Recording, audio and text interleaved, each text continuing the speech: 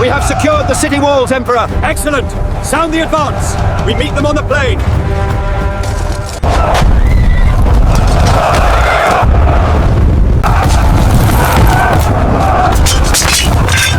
His skin was stuffed. His body was put on display in a Persian temple.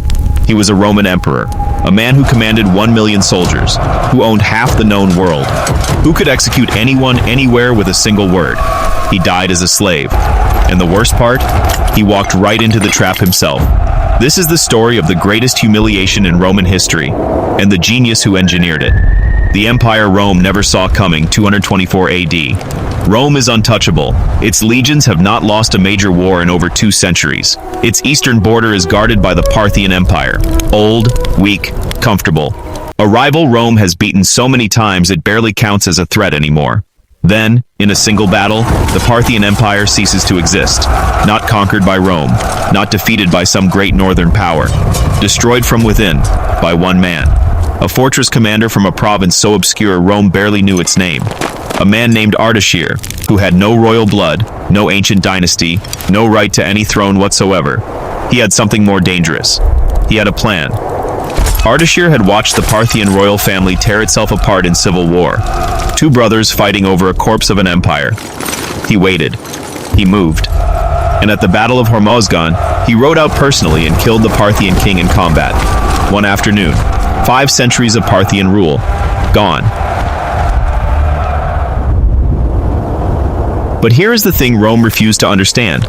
Ardashir did not just replace the Parthians. He built something entirely different. A new empire with a state religion, a founding ideology, and a foreign policy built on one explicit belief, that Rome's eastern lands were stolen Persian territory.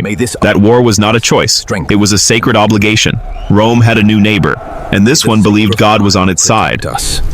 The son who was worse, Ardashir, dies in 241 AD. His son Shapur inherits the throne. If Ardashir was the spark, Shapur is the fire. The King of Kings.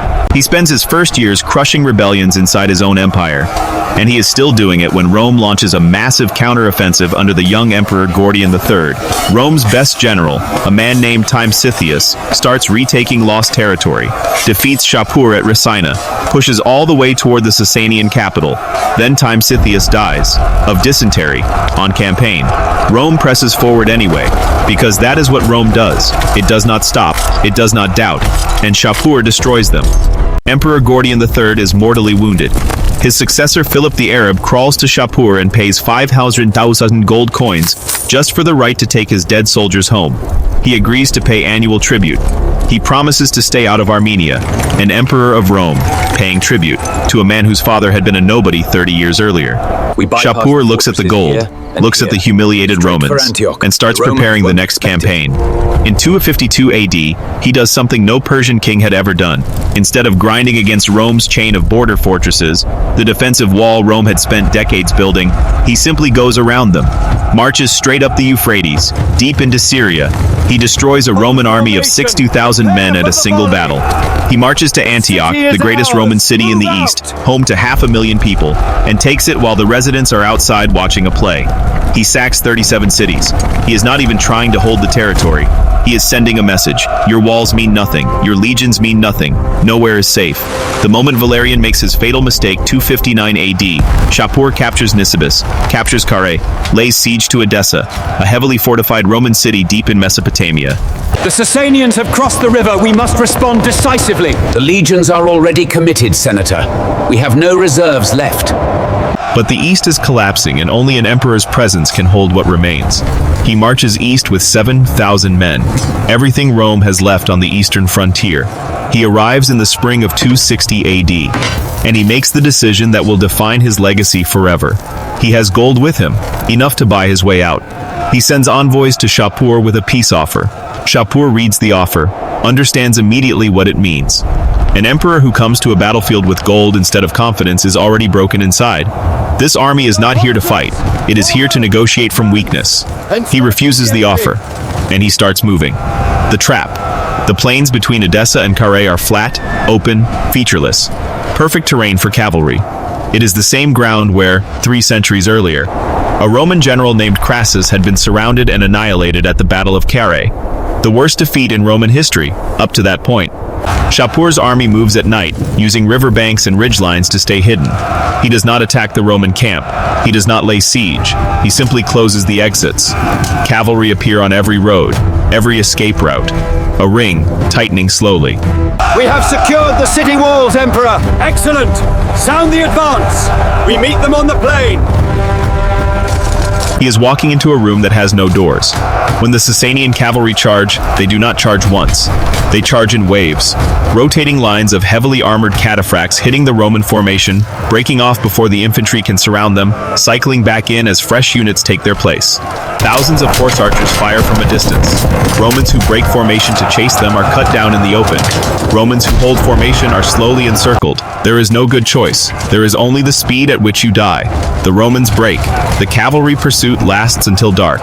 And somewhere in the chaos, We ask only for peace, my lord. Consider the terms of the treaty we propose. what they did with him. Shapur does not ransom him, does not negotiate, does not send him home in exchange for a treaty. He parades Valerian through Persian cities, puts him on display, has him carved in stone, reliefs that still exist in southern Iran today, kneeling in the dirt beneath Shapur on horseback. Some accounts say Shapur used him as a footstool when mounting his horse, required the Emperor of Rome to get on all fours so a Persian king could step on his back. Valerian is put to work managing construction projects. A dam bridge at Shushtar, built by Roman prisoners. The emperor supervising the labor. He never goes home. He dies in captivity. And when he dies, Persian sources record that his skin was stuffed and preserved and hung in a temple, so that every foreign ambassador who came to Persia would see it, so they would understand exactly what Persia had done to Hold the Rome. line! They're everywhere! The city is burning! Back in Rome, everything falls apart at once. Usurpers seize power in Gaul, the Balkans, the East. The dynasty collapses.